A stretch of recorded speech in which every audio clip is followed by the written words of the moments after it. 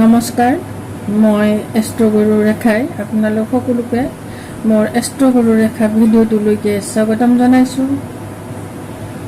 আজি মই আপোনালোকলৈ লৈ আহিছোঁ মোবাইল সম্বন্ধে কিছু কথা। আজিকালি আমাৰ জীৱনৰ অপৰিহাৰ্য বস্তুটোৱে হ'ল মোবাইল। যদি কোনোবা বিজনেছ ডিল মোবাইলৰ জৰিয়তেও হয়, যদি কোনোবা চাকৰি ক্ষেত্ৰতো মোবাইলৰ জৰিয়তে বহুত কানেকশ্যন থাকে। আনকি ঘৰুৱা ৰিলেশ্যনৰ ক্ষেত্ৰতো মোবাইলে এটা ডাঙৰ ভূমিকা গ্ৰহণ কৰে। আমি শুই উঠিয়েই মোবাইলটো চাওঁ। গতিকে আহক জানো আমি এই মোবাইলটোৰ জৰিয়তে আমাৰ জীৱন কেনেকৈ মধুময় কৰিব পাৰোঁ বা সুখময় কৰিব পাৰোঁ, সৌভাগ্যশালী কৰিব পাৰোঁ। প্ৰথমতে মই নিউমাৰলৈ যিলৈকে আহিছোঁ, আমি সদায় ডেট অফ বাৰ্থটো ডেষ্টিনি নাম্বাৰ বুলি কওঁ। ডেষ্টিনি নাম্বাৰটো উলিওৱা মই কেইবাবাৰো মোৰ ভিডিঅ'ত দেখুৱাইছোঁ, তথাপি আকৌ এবাৰ কৈছোঁ। ধৰক এটা উদাহৰণসহ মই কৈছোঁ যে ডেষ্টিনি নাম্বাৰ কাৰোবাৰ জন্ম ধৰক 3/5/1996 অৰ্থাৎ 3 মে 1996 চন। ইয়াৰ পৰা যেতিয়া আমি ডেষ্টিনি নাম্বাৰটো উলিয়াম, তেতিয়া আমি গোটেইখিনি মাহ, চন, তাৰিখ গোটেইখিনি প্লাছ কৰিব লাগিব আৰু শেষত গৈ আমি এটা ছিংগল ডিজিট নাম্বাৰত পৰিণত কৰাব লাগিব।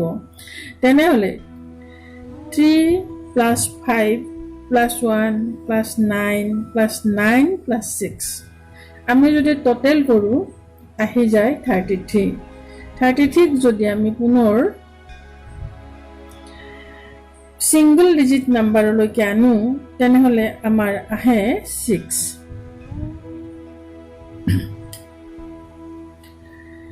এতিয়া কথা হ'ল, আমাৰ মোবাইল নাম্বাৰটো যদি নাম্বাৰ 6ত থাকে, অৰ্থাৎ আমি আমাৰ মোবাইল নাম্বাৰটোৰ গোটেইখিনি নাম্বাৰ যদি প্লাছ কৰোঁ, তাৰপিছত যদি আমি এটা ছিংগল ডিজিট নাম্বাৰলৈকে নিওঁ, তেতিয়া যদি 6 হয়, সেই মোবাইলটো আমাৰ জীৱনত বহুত ছাপৰ্টিভ হয়।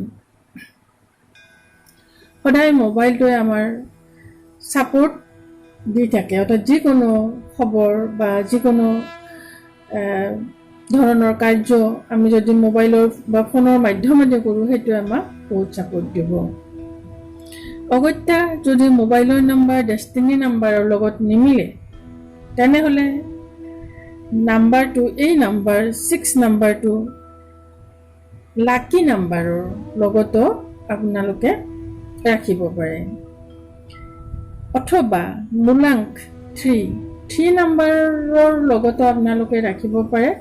3 নাম্বাৰৰ লাকি নাম্বাৰৰ 3 নাম্বাৰ যদি নহয়, তেনেহ'লে 3 নাম্বাৰৰ বাবে যিবোৰ লাকি নাম্বাৰ থাকে, যেনেকৈ ধৰক 319 3ৰ কাৰণে লাকি নাম্বাৰ, এনেকুৱাকৈও মোবাইলৰ নাম্বাৰটো হ'লে ভাল। কিন্তু আটাইতকৈ ভাল হয় যদিহে আপোনালোকৰ ডেষ্টিনি নাম্বাৰৰ লগত মোবাইল নাম্বাৰটো থাকে। ডেষ্টিনি নাম্বাৰটো নিজৰ উলিয়াই ল'ব, তাৰপিছত মোবাইলৰ নাম্বাৰটো মিলিছেনে নাই সেইটো চেক কৰিব। যদিহে এনিমি নাম্বাৰত থাকে, তেনেহ'লে আপোনালোকৰ মোবাইলটোৱে সমস্যা দিব। এইবাৰ আহোঁ মোবাইলৰ যিখন ৱালপেপাৰ। আমি ৰাতিপুৱা শুই উঠিয়েই মোবাইলটো এবাৰ হ'লেও চাওঁ। গতিকে আমি বিশেষকৈ ৱালপেপাৰখনৰ ওপৰত যথেষ্ট গুৰুত্ব দিব লাগে। যদিহে ৱালপেপাৰখন এখন ধুনীয়া পাহাৰেই হওক, পাহাৰৰ চিত্ৰ থাকে, তেনেহ'লে বুজিব আপোনাৰ জীৱনত অবষ্টেকল, সদায় বাধা বিঘিনি সদায় থাকিব। কাৰণ আমি কথাতে কওঁ, এই পাহাৰখন থাকিলে নহয় আগত, এই বুলি আমি সদায়ে কওঁ। গতিকে পাহাৰৰ চিত্ৰ বা যিকোনো নিগেটিভ ছবি, ধৰক আপুনি এখন ধুনীয়া ৱালপেপাৰ ৰাখিছে যিখনত কেৱল পানী আছে, পানীৰ ক্ষেত্ৰত পানীয়ে সদায় মনটোৰ ওপৰত ক্ৰিয়া কৰে, মনটোৰ ওপৰত প্ৰভাৱ পেলায়। গতিকে এই ক্ষেত্ৰত পানীৰ জলপ্ৰপাত বা ধুনীয়া ধুনীয়া ৱাটাৰফলছ যিবিলাক থাকে সেয়াও ঠিক নহয়। অথবা কেকটাছ, আপোনাৰ ধুনীয়া কেকটাছ এডাল হয়তো ধুনীয়া মানে এটা এখন চিনাৰীৰ মাজত আছে, কিয়নো জীৱনটো কাইটিয়া কৰোঁ, নহয় জানো? কেকটাছে জীৱনটো কাইটিয়া কৰিব, এইবোৰ চিম্বলিক। গতিকে এনেকুৱা ৱালপেপাৰ আপোনালোকৰ মোবাইলৰ পৰা আঁতৰাই দিয়ক। আৰু যদি আপোনালোকে ৱেলথ এণ্ড প্ৰস্পাৰিটি বিচাৰিছে, মা লক্ষ্মী উইথ কুবেৰ ভগৱান ফটো ৰাখিব পাৰে। যদি জীৱনত শান্তি বিচাৰিছে, ভগৱান শ্ৰীকৃষ্ণ বাঁহী বজাই থকা ধুনীয়া এখন ফটো ৰাখিব পাৰে, লক্ষ্মী নাৰায়ণৰ ফটো ৰাখিব পাৰে বা গণেশ ভগৱানৰ ফটো ৰাখিব পাৰে। তাৰোপৰি আপুনি যদি ৰিলেশ্যনশ্বিপৰ ক্ষেত্ৰত, বন্ধুত্বৰ ক্ষেত্ৰত বেছি গুৰুত্ব দিয়ে, তেনেহ'লে আপোনাৰ বন্ধুৰ ফটো ৰাখিব পাৰে। অথবা আপুনি যদি ঘৰুৱা ৰিলেশ্যনশ্বিপৰ ওপৰত গুৰুত্ব দিয়ে, তেনেহ'লে ফেমিলিৰ যিকোনো এটা ভাল হাস্যমধুৰ ফেমিলি ফটোগ্ৰাফ, অৰ্থাৎ এনেকুৱা এখন ফটো য'ত ফেমিলিৰ গোটেইকেইটা সদস্যই হাঁহি মুখে আছে, তেনেকুৱা এখন ফটোগ্ৰাফো ৰাখিব পাৰে। মই অৱশ্যে মোৰ মোবাইলত সাধাৰণতে লক্ষ্মী এণ্ড কুবেৰ ফটোখন ৰাখিয়ে ভাল পাওঁ। বাকী আপোনালোকে নিজৰ ফটোখন কি ৰাখিলে ভাল পাব, সেই কথাটো নিজৰ ওপৰতে এৰি দিব। এইবাৰ আহোঁ মোবাইলৰ বাস্তুৰ ওপৰত। মোবাইলৰ বাস্তু বুলি ক'লে আমি মোবাইলটো কোন ডিৰেকশ্যনত আমি চাৰ্জ দিওঁ, এই কথাটোলৈ আহিব লাগিব। কাৰণ আমি জীৱনত যিবোৰ আমাৰ অপৰিহাৰ্য বস্তু, সেই বস্তুবোৰক আমি লাকি বনাবলৈ আমি যৎপৰোনাস্তি চেষ্টা কৰোঁ। আৰু মই তাৰ বাবে সদায় নতুন নতুন আইডিয়া দিবলৈকে যত্ন কৰি থাকোঁ। ইয়াৰ বাবে আপোনালোকে মোবাইলৰ চাৰ্জ যদি চাউথ ইষ্টত দিছে, তেনেহ'লে জানিব আপোনাৰ সদায় এংজাইটি থাকিব।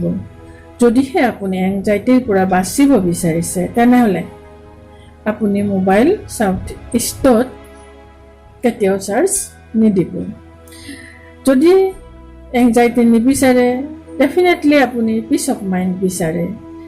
মনৰ শান্তি যদি বিচাৰে, তেনেহ'লে আপোনালোকে চাউথত, দক্ষিণ চাইডে আপোনাৰ মোবাইলটো চাৰ্জ দিয়ক। যদিহে আপোনালোকে আপোনালোকৰ দূৰ সম্পৰ্কীয় হওক বা নিজৰ সম্পৰ্কৰ মাজত ৰিলেশ্যনশ্বিপ যিটো থাকে, সম্বন্ধৰ মাজত এটা মধুৰতা বিচাৰে, তেনেহ'লে আপোনালোকে চাউথ ৱেষ্টত মোবাইলটো চাৰ্জ দিয়ক।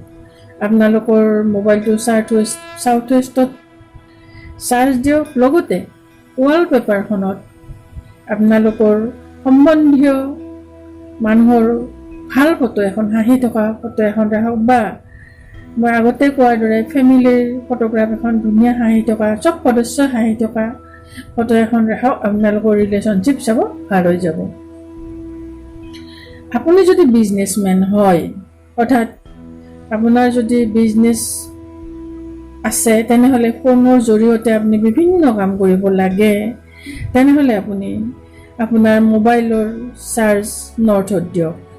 মোবাইলৰ চাৰ্জ যদি আপুনি নৰ্থত দিয়ে, মানি এণ্ড অপৰচুনিটিজ, বিজনেছ অপৰচুনিটিজ আপোনালোকে আহিব। অৰ্থাৎ ধন আৰু বিজনেছৰ বাবে যিবোৰ লাইন আহিব লাগে আপোনালৈ, সেই সকলোবোৰ লাইন নৰ্থত যদি আপুনি মোবাইলটো চাৰ্জ দিয়ে, তেনেহ'লে আপোনালোকে লাভৱান হ'ব। ইয়াৰ পিছত যদিহে আপোনালোকে মেডিটেশ্যন কৰে, অৰ্থাৎ আপোনালোকৰ মেডিটেশ্যনত মন লগা নাই, আপোনালোকে মেডিটেশ্যন কৰিব বিচাৰে, মানসিক শান্তি বিচাৰিছে, তেনেহ'লে আপোনালোকে নৰ্থ ইষ্টত মোবাইলটো চাৰ্জ দিয়ক। আপোনালোকৰ মেডিটেশ্যনত মন লাগিব। এয়া হ'ল মোবাইলৰ বাস্তু। এইবাৰ আহোঁ মোবাইলৰ যিটো টোন। আমি বহুতেই মোবাইলত যিকোনো টোন ইউজ কৰোঁ, এটা ভাল মোবাইল টনে মনটো নিশ্চয় ভাল কৰে, মানসিকভাৱে শান্তি দিয়ে। তাৰ বাবে আপোনালোকে মোবাইলতে চাৰ্চ কৰক আইচটনিক টোন, আৰু তাৰে ভিতৰত আপোনাৰ যিকোনো ভাল লগা টোন এটা ব্যৱহাৰ কৰক। চাব আপোনালোকৰ মোবাইলটো দিনে দিনে লাকি হৈ আহিছে।